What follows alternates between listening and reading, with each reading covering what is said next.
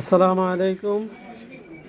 প্রিয় দর্শক, দেখেন এটা আমাদের আরেকটা ম্যানুয়াল সিলিং ফ্যানের কয়েল বাঁধার মেশিন। আজকে দেখাবো এটার তারের গতিপথ। এই যে দেখেন নিচে ববিন থেকে এদিকে একটা ফানেল দিয়ে উঠছে যেন তার বেশি না ছড়াই যায়। এরপরে হচ্ছে এখানে দেখেন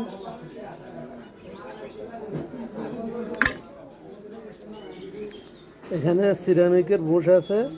এরপরে কম্বল ওয়াশারের মধ্যে দিয়ে তার এই দিক দিয়ে ঢুকে এখানেও সিরামিকের বুশ আছে।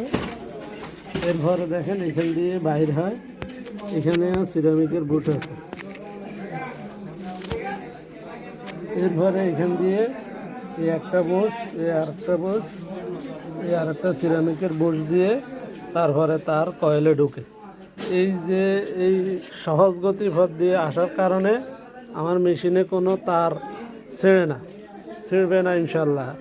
আর এটা হচ্ছে তারকে টাইট লুজ করার টেনশন। এটা দিয়ে তার টাইট করবেন, এদিকে কয়েল টাইট হবে, আর এটা লুজ করবেন, কয়েল লুজ হবে। এরপরে এই সহজ এবং সুন্দর গতিপথের কারণে আপনি চাইলে অ্যালুমিনিয়াম এবং তামা দুইটাই তার দিয়ে বাঁধতে পারবেন।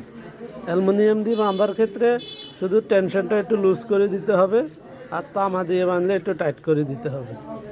এই